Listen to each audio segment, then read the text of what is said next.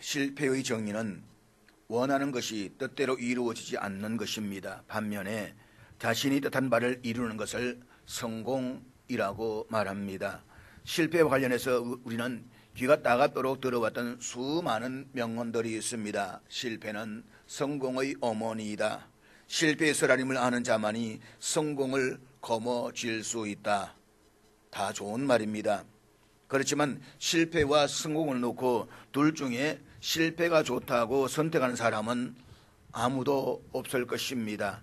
사람은 누구나가 자신이 원하는 대로 이루어지기를 원합니다. 그런데 안타깝게도 우리의 삶에 성공만 있을 수는 없습니다.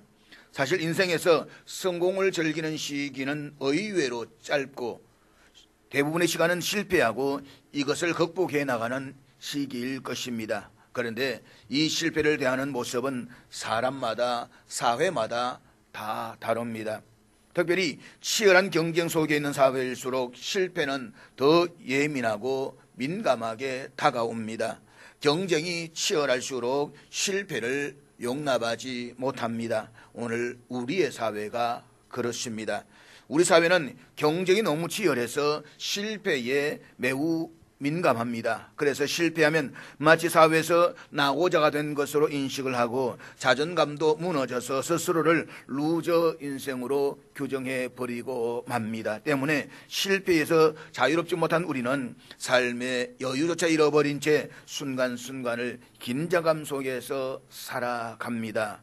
이처럼 우리 사회가 실패를 너무 예민하게 반응하기 때문에 신앙인들조차도 실패에 예민하게 반응하고 있습니다. 그래서 하나님은 우리의 실패를 그냥 두시면 안 되고 우리의 성공을 위해서 보다 적극적으로 개입하셔서 일해 주시는 분이셔야만 합니다.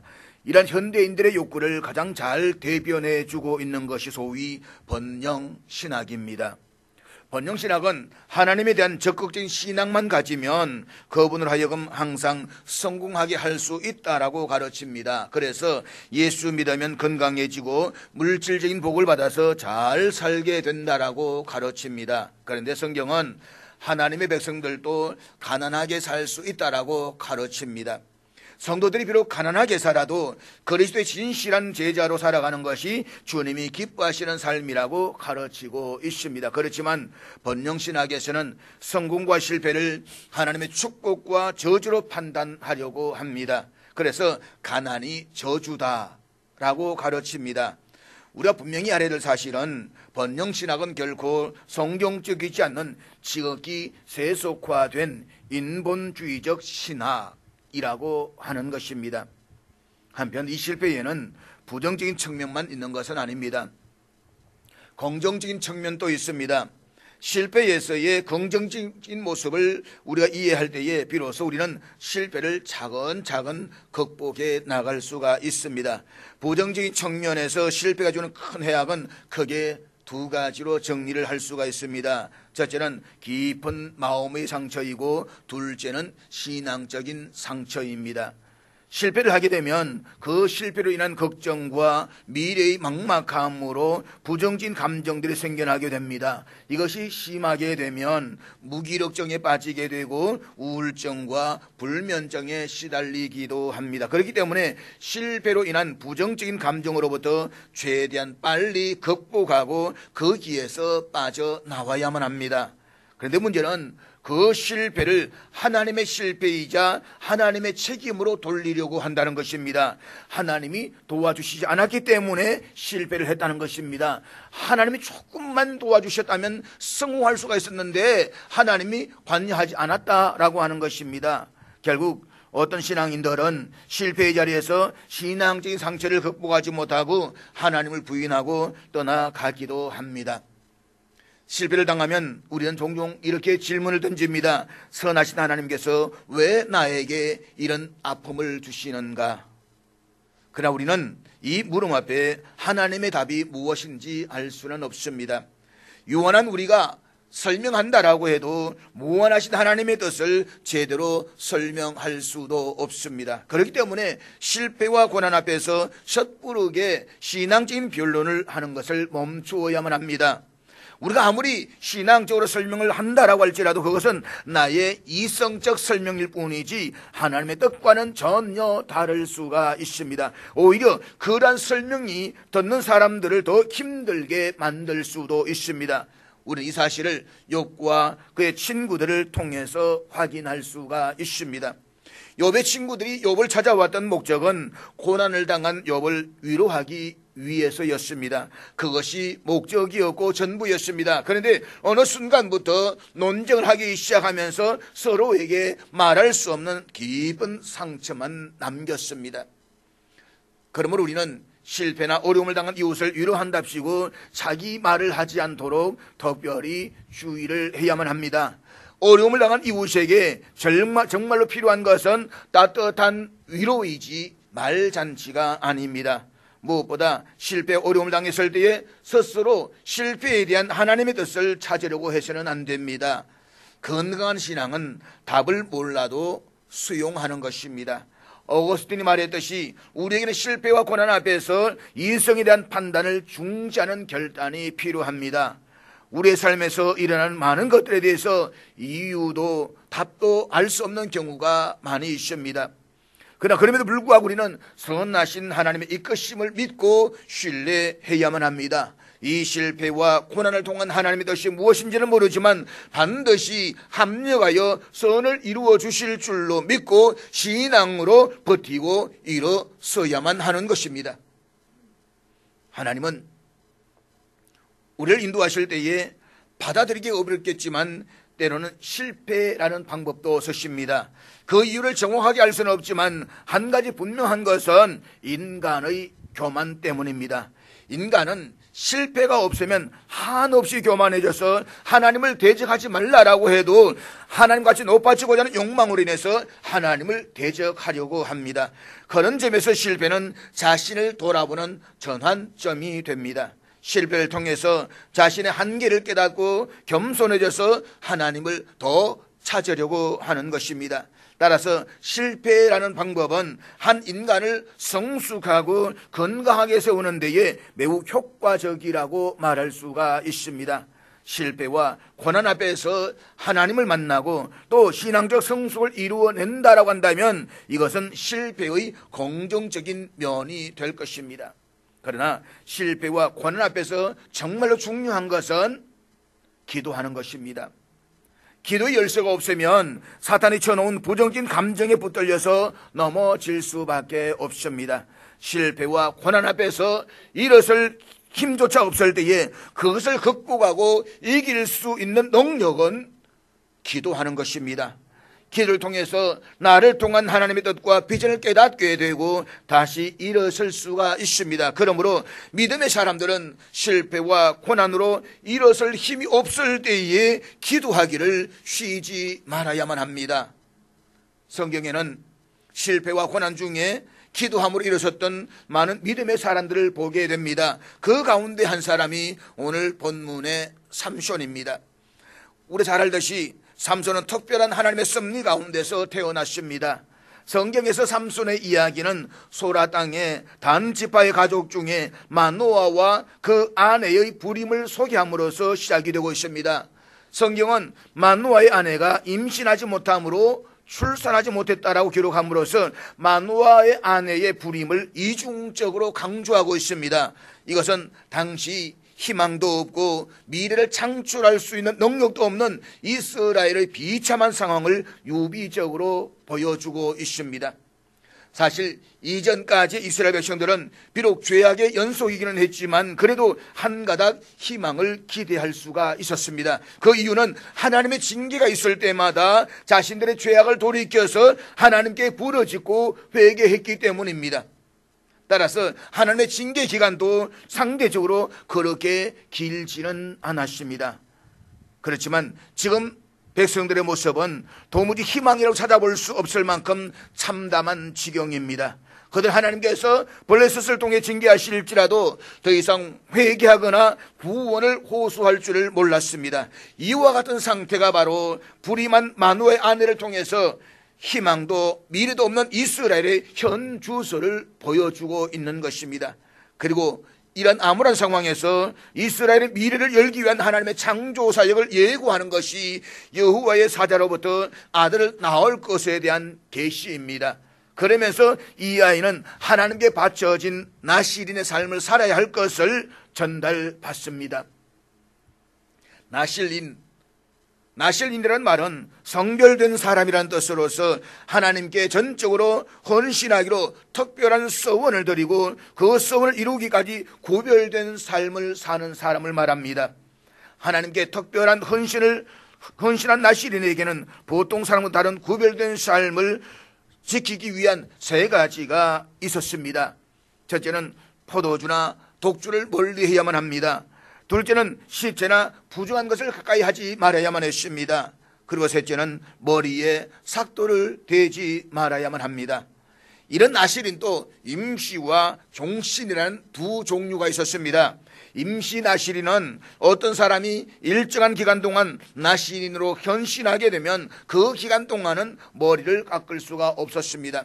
그러다가 일반인의 신분으로 돌아갔을 때에 머리를 깎을 수가 있었습니다. 반면에 출생 이전부터 나실인으로 구별된 사람은 일생 동안 머리털을 밀 수가 없었습니다. 그는 죽을 때까지 영원한 나실인으로 살아야 했기 때문입니다. 이런 나실인을 소위 우리는 종신 나실인이라고 이야기를 합니다. 실제로 구약 성경에서 종신 나실인은 삼손과 사무엘 두 사람뿐입니다. 이들 두 사람은 모두가 자신의 의지와는 관계없이 종신 나실인이 된 사람입니다. 그렇지만 사무엘의 경우는 부모가 자식을 나실인으로 바치겠다라고 서원했던 반면에 삼손은 하나님의 친히 나실인으로 바칠 것을 지시했습니다. 한마디로 삼손은 태어나기 전부터 하나님이 이스라엘을 구원하시기 위해서 사사로 선택하신 나실인이었습니다. 그래서 그는 평생 구별된 삶을 살아야만 했습니다. 그런데 우리는 삼손은 태어날 때부터 힘이 센 사람이었으며 그의 힘이 머리카락에서 나온다라고 생각을 합니다.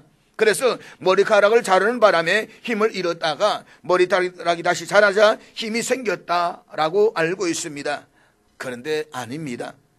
삼손의 힘은 절대로 머리카락에 있지 않았습니다. 그렇다면 왜 머리카락을 잘랐을 때 힘을 잃었을까요? 그 이유는 그가 나실인의 서원을 어겼기 때문입니다.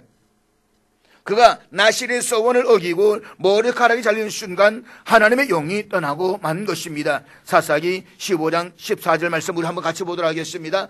삼손이 레이의 이름에 블레셋 사람들이 그에게로 마주 나가며 소리 지를 때에 여호와의 영이 삼손이 갑자기 임하심에 그의 발 위의 밧줄이 불탄 삼과 같이 그의 결박되었던 손에서 떨어진지라. 본문은 하나님의 영이 삼손에게 임하심에 힘을 얻고 밧줄을 불탄 삼과 같이 끊어버렸다라고 했습니다. 그리고 결박이 풀린 삼손은 나귀 턱뼈를 집어들고 블레셋 사람 1000명을 죽였습니다. 따라서 오늘 본문에서 강조되고 있는 것은 여호와의 영이라는 말씀입니다. 사사기를 보면 여호와의 영이라는 표현이 모두 7번 나오는데 그 가운데 4번이 삼손과 관련되어져 있습니다. 이것은 하나님의 결정적인 순간에 여호와의 영으로 삼손을 충만하게 하셨고 그때 삼손은 하나님이 주시는 초자연적인 힘을 발휘할 수 있는 하나님의 사람이었다는 것입니다. 그렇지만 하나님의 영이 떠나시면서 그는 아무런 힘도 쓸 수 없는 지극히 나약한 한 사람에 불과했습니다. 한마디로 삼손의 강함은 삼손 스스로에게 주어지는 것이 아니라 여호와의 영이 그에게 강력하게 임했기 때문이다라고 하는 것입니다. 이와 같은 사실은 오늘 우리들에게도 동일하게 적용이 됩니다. 이 세상 어둠의 영들과 영적 전투를 해야만 한 우리는 오직 성령의 권능을 힘입어야만 합니다. 무엇보다 우리 옛 자아를 죽이고 육체의 욕심으로부터 자유하기 위해서는 성령의 권능을 힘입어서 성령을 쫓는 삶을 살아야만 합니다. 잊지 마십시오. 성령의 권능을 입은 사람은 세상에 그 누구라도 그 어떤 세력일지라 결코 당해낼 수가 없다는 사실을 말입니다. 그러므로 우리 모든 삶의 영역에서 성령의 능력을 덧입어서 하나님의 나라가 이 땅에 온전히 실현될 때까지 항상 승리하면서 전진하는 삶을 살아가는 저와 여러분 될 수 있기를 주의 이름으로 축복합니다. 특별히 태어날 때부터 하나님께로부터 나시인으로 지명받은 삼손과 관련해서 우리가 눈여겨보아야 될 것은 그가 기도하는 사람이었다는 것입니다. 삼손이 기도하는 사람이었다는 것은 사사기에 기록된 그의 기도와 관련된 내용에서 확인할 수가 있습니다. 하나는 15장 18절 이하에서 나오고 있고 또 다른 하나는 오늘 본문의 내용입니다. 그런데 삼손이 드렸던 기도에는 공통점이 있습니다. 그것은 그가 실패와 고난의 순간에 하나님의 도우심을 구하는 기도를 드렸다는 것입니다. 그렇다면 삼손의 기도에서 찾아볼 수 있는 특징은 무엇일까요? 그리고 우리가 살다가 실패와 고난으로 일어설 힘이 없을 때에 어떻게 기도를 드려야 될까요? 첫째로 소명을 감당할 수 있는 힘을 달라고 기도해야만 합니다. 하나님께서는 우리 모두에게 소명을 주셨습니다. 하나님의 소명, 하나님의 부르심이 없는 사람은 아무도 없습니다. 우리가 신앙인이다라고 하는 것은 하나님의 소명 앞에 모두가 응답했다는 것입니다. 그런데 때로는 하나님의 부르심에 제대로 응답하지 못하고 살아갈 때가 많이 있습니다. 그 이유는 우리의 환경과 그 소명을 감당할 만한 힘이 없기 때문입니다. 그럴 때 우리에게 정말로 필요한 것이 바로 기도입니다. 기도하는 가운데 성령의 권능을 덧입어서 능력이 나오고 기도하는 가운데 역사를 감당할 수 있는 힘이 나오는 것입니다. 사사기 15장 18절 말씀 우리 다 같이 읽도록 하겠습니다. 삼손이 심히 목이 말라 여호와께 부르짖어 이르되 주께서 종의 손을 통하여 이 큰 구원을 베풀어 사오나 내가 이제 목이 말라서 죽어서 할례 받지 못한 자들의 손에 떨어지겠나이다 하니, 본문을 이해하기 위해서는 앞장인 사사기 14장을 먼저 이해할 필요가 있습니다. 거기에 보면 삼손이 블레셋 딥나의 여인을 아내로 맞이한 후에 결혼 피로연에서 블레셋 사람들에게 베옷 30벌과 겉옷 30벌을 놓고 수수께끼를 제안을 합니다. 블레셋 사람들은 이 수수께끼가 너무 어려워서 삼손의 아내에게 해답을 알려주지 않으면 그녀와 그녀의 아버지 집을 불태워버리겠다라고 협박을 합니다. 결국 아내의 눈물에 견디지를 못하고 수수께끼 해답을 알려준 후에 분노한 삼손은 블레셋 사람 30명을 쳐 죽인 후 수수께끼를 분 자들에게 옷을 주고 고향으로 돌아가 버립니다. 이후에 자신의 아내를 만나러 김내로 내려갔던 이 삼손은 그의 장인이 자기 아내를 블레셋 사람에게 준 것을 알게 됩니다. 이에 분노한 삼손이 여우 300마리를 잡아서 그 꼬리에 불을 붙여서 블레셋 사람들의 곡식밭으로 몰아넣어서 모든 곡식을 다 불살라 버렸습니다. 그리고 분노한 블레셋 사람들이 그의 장인과 아내를 화형에 처하자 다시 블레셋 사람들을 크게 죽인 후에 에담 바위 틈에 숨게 됩니다. 이에 블레셋 사람들은 삼손을 치기 위해서 군산을 거느리고 올라와서 레히의 진영을 구축합니다. 그런데 우리가 여기에서 주목해야 할 것은 유다 사람들의 행동입니다. 이때 유다 사람 3,000명이 블레셋을 대항하지 않고 오히려 삼손을 대항하기 위해서 에담 바위틈으로 내려갑니다. 그리고 그들은 삼손에게 이렇게 말합니다. 너는 블레셋 사람이 우리를 다스리는 줄을 알지 못하느냐. 사랑하는 여러분, 이스라엘은 언약의 백성입니다. 그들을 다스리는 자는 블레셋이 아니라 우주의 통치자이신 하나님이십니다. 그렇지만 그들은 그들의 타락은 정치적 심리적으로 블레셋의 지배 아래에 있습니다. 이것은 그들 앞서 살았던 이스라엘 백성들과는 너무나도 달랐습니다. 앞에서도 이야기했던 것처럼 이전에 이스라엘 백성들은 압제를 받을 때에 여호와께 구원을 위해서 부르셨습니다. 하나님 살려주십시오. 우리를 도와주십시오. 그렇게 기도했습니다. 그러나 지금 유다 사람들은 그들 실제적 지배자인 여호와께 도움을 요청하기는커녕 틈을 타 블레셋 사람을 치는 오히려 삼손을 책망하고 있는 것입니다. 내가 어찌하여 우리에게 이렇게 행하였느냐. 유다 사람들은 자신들의 압제자인 블레셋을 대항해 싸운 삼손을 오히려 자신들의 안전을 위태롭게 하는 위험한 인물로 간주했다는 것입니다. 이러한 아이러니는 이스라엘이 그만큼 극도로 타락했음을 우리에게 보여주고 있습니다. 결국 삼손은 동족인 유대인들에 의해서 결박되어서 레히의 진을 치고 있던 블레셋 진영에 끌려가서 블레셋 사람들 손에 넘겨지게 됩니다. 동족에 의해서 말입니다. 그런데 이때 여호와의 영이 삼손에 임하여서 그를 결박하고 있던 줄이 불에 탄 삼과 같이 끊어지게 됩니다. 그리고 그 순간 삼손은 근처에 있던 나귀의 새 특별을 취해서 블레셋 사람 1000명을 죽이게 됩니다. 블레셋 사람을 도륙하는 동안에 지쳐서 갈증을 내게 된 이 삼손이 하나님께 기도하는 내용이 바로 이 본문의 말씀인 것입니다. 일반적으로 사람이 절박하고 힘들면 다 기도할 수 있다라고 생각을 합니다. 그렇지만 사실은 그 반대입니다. 정말 힘들고 절박하면 제대로 된 기도를 드리기가 쉽지가 않습니다. 급하면 기도하겠지라고 말하지만 그것은 기도가 아니라 비명입니다. 더구나 살아계신 하나님 앞에 인격적으로 드리는 기도, 그래서 응답받는 기도를 드린다라고 하는 것은 결코 쉬운 일이 아닙니다. 이것은 그가 평소에 기도의 줄을 잡고 있었기 때문에 가능한 것입니다. 일상생활 속에서 늘 기도했던 사람들은 고난과 어려움 가운데서도 하나님께 도움을 요청할 수가 있습니다. 그렇지만 평소에 기도가 삶이 되지 않았던 사람들은 어려움과 고난이 찾아오게 되면 비명을 지르기에 급급한 것입니다. 오히려 세상을 쫓아가고 인간적인 방법을 찾아내기가 더 급급해진다라고 하는 것입니다. 삼손이 하나님께 응답받는 기도를 드릴 수 있었다라고 하는 것은 그만큼 그가 기도하는 사람이었다는 사실을 보여주고 있습니다. 오늘 15장 18절에서 삼손이 심히 목이 말라라고 하는 것은 이스라엘의 건조한 사막지대와 뜨거운 여름 햇살에 염두에 두었을 때에 이것은 단순한 목마름 그 이상의 의미를 가지고 있습니다. 그것은 바로 생명이 위협을 당하는 수준입니다. 혼자서 1000명이나 되는 많은 사람을 죽이는 데는 상당한 시간과 힘이 소진되었을 삼손도 당연히 심한 갈증을 느꼈을 것입니다. 그 정도가 얼마나 심했던지 죽을 지경이었다는 것입니다. 그런데 바로 이 위기의 순간, 감당할 수 없는 고통의 순간에 삼손이 한 것은 바로 일상의 기도였습니다. 삼손은 극심한 갈증으로 인한 자신의 한계성을 깨닫고 하나님께 기도합니다. 내가 이제 목말라서 죽습니다. 할례 받지 못한 자들의 손에 떨어지겠습니다.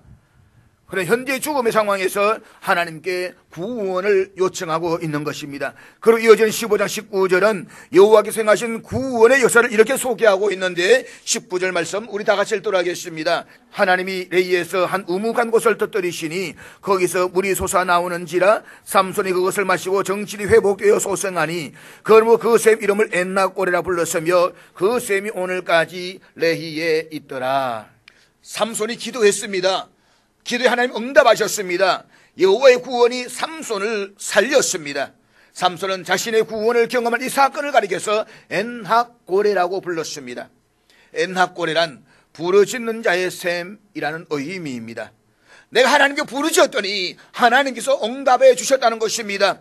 처음에 그는 승리가 자신의 힘에서 나온 것을 알았지만 극심한 목마름을 통해서 여호와 하나님을 의지할 수밖에 없는 존재임을 경험했던 것입니다. 그렇습니다. 구원은 오직 여호와 하나님께만 있습니다. 그러므로 실패와 고난 자리에서 절망하지 말고 하나님께 나와 기도하십시오. 기도하면 하나님이 그 일을 감당할 수 있는 힘을 주십니다. 부르신 분이 힘도 주시는 것은 지극히 당연한 것입니다. 하나님의 부르심을 감당하다가 때로 지치고 힘들 때에 우리가 해야 할 것은 그 소명을 감당할 수 있는 힘을 달라고 부르셔 기도하는 것입니다. 잊지 마십시오. 삼손이 소명을 감당할 수 있도록 하나님의 능력이 임하신 것은 그가 기도할 때였습니다. 둘째로 어려움을 이길 수 있는 힘을 달라고 기도해야만 합니다. 모든 인생에는 실패와 고난이 찾아옵니다. 삶에서 실패와 고난이 없는 사람은 없습니다. 그런데 실패와 고난이 진짜 무서운 것은 아프기 때문이 아니라 그 실패와 고난에 지치기 때문입니다. 실패와 고난이 정말 힘든 것은 더 이상 버틸 수 없다는 절망 때문입니다. 그래서 무너지고 패배하고 결국 인생을 포기하기까지 하는 일이 일어나게 되는 것입니다. 성경은 이와 같은 상황을 여인의 해산에 비유해서 말씀하고 있는데 이사야 37장 3절 말씀을 우리 다 같이 읽도록 하겠습니다. 그들이 이사야에게 이르되 히스기야의 말씀에 오늘은 환난과 책벌과 능욕의 날이라 아이를 낳으려 하나 해산할 힘이 없음 같도다. 본문에서 히스기야 왕은 예루살렘 성이 아수르 대군에 의해서 완전히 포위되어 있는 상황을 환난과 책벌과 능욕이라는 세 단어로 토해내고 있습니다. 그런 절체절명의 이 상황을 놓고 아이를 낳으려 하나 해산할 힘이 없다라고 했습니다. 여러분, 아이를 출산할 때에 임산부는 자신이 가지고 있는 모든 힘을 다 쏟아붓습니다. 그렇지 않으면 아이도 죽고 산모도 죽기 때문입니다. 그런데 문제는 낳을 힘이 없습니다. 아이를 낳아야 하는데 아이를 낳을 힘이 없다는 것입니다. 이것은 정말 답답한 상황입니다. 능력이 없어서 거기서 그냥 무너지고 쓰러지고 마는 것입니다. 현재 예루살렘에 처한 상황이 그와 같다는 것입니다. 한마디로 예루살렘의 궁지는 사면초가의 위기 상황입니다. 이런 상황에서 히스기야가 비록 왕이라고 하지만 그 할 수 있는 일은 아무것도 없습니다. 그렇지만 그가 할 수 있는 유일한 일이 있었습니다. 그것은 바로 여호와 하나님께 기도하는 것입니다. 그리고는 하나님께 나가 기도했습니다. 그 내용이 열왕기하 19장 15절 말씀 이하에 기록되어져 있는데 19장 19절 말씀을 우리 다 같이 읽도록 하겠습니다. 우리 하나님 여호와여, 원하건대 이제 우리를 그의 손에서 구원하옵소서. 그리하시면 천하 만국이 주 여호와가 홀로 하나님이신 줄 알리이다 하니라. 사랑하는 여러분, 실패와 고난으로 일을 쓸 수 있는 힘조차 없을 때, 그래서 지금 내가 어떻게 해야 할지 모를 때에 우리가 해야 할 일은 하나님께 나아가 기도하는 것입니다. 하나님께 엎드려 이 어려움을 이길 수 있는 힘을 달라라고 기도하고 부르짖으십시오. 그러면 하나님은 반드시 무너지지 않고 버틸 수 있는 힘을 주십니다.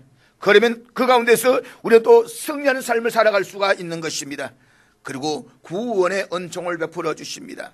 히스기야가 그렇게 간절히 기도했을 때 하나님께서는 그날 밤에 여호와의 사자를 보내서 아수르 진영의 군사 18만 5천 명을 쳐 죽였습니다. 뿐만 아니라 아수르 왕 사네립도 고국으로 돌아갔다가 암살당하고 말았습니다. 그렇습니다. 우리 하나님은 부르시는 자의 기도를 들으시는 여호와 하나님이십니다.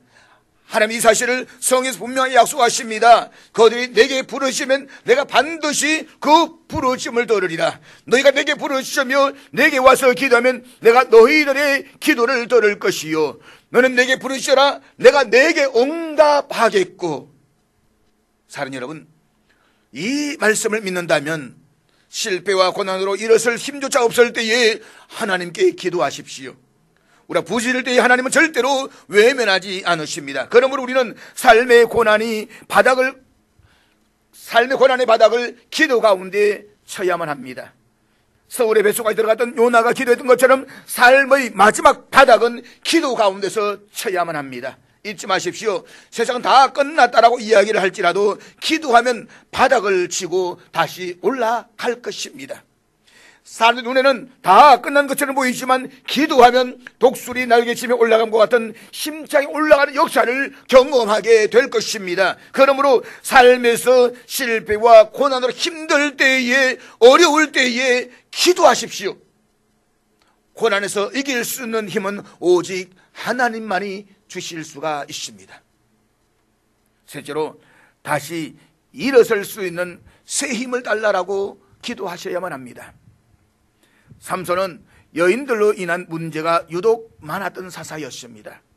그는 이전에 한번 결혼에 실패한 경험이 있었습니다. 그리고 가사의 한 기생집을 출입하다가 생명을 잃을 뻔했습니다. 그래 불구하고 또다시 블레셋 땅으로 가서 들릴라라는 여인과의 사랑에 빠졌습니다.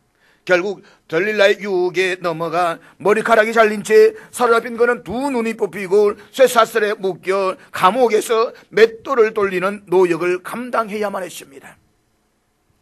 블레셋 사람들은 이것을 기념하고 더불어 자신들에게 승리를 안겨주었다고 여기는 신들에게 감사의 제사를 드리기 위해서 3,000여 명이 넘는 사람들이 모였습니다. 지붕 위에만 3,000명이 모였다라고 했습니다.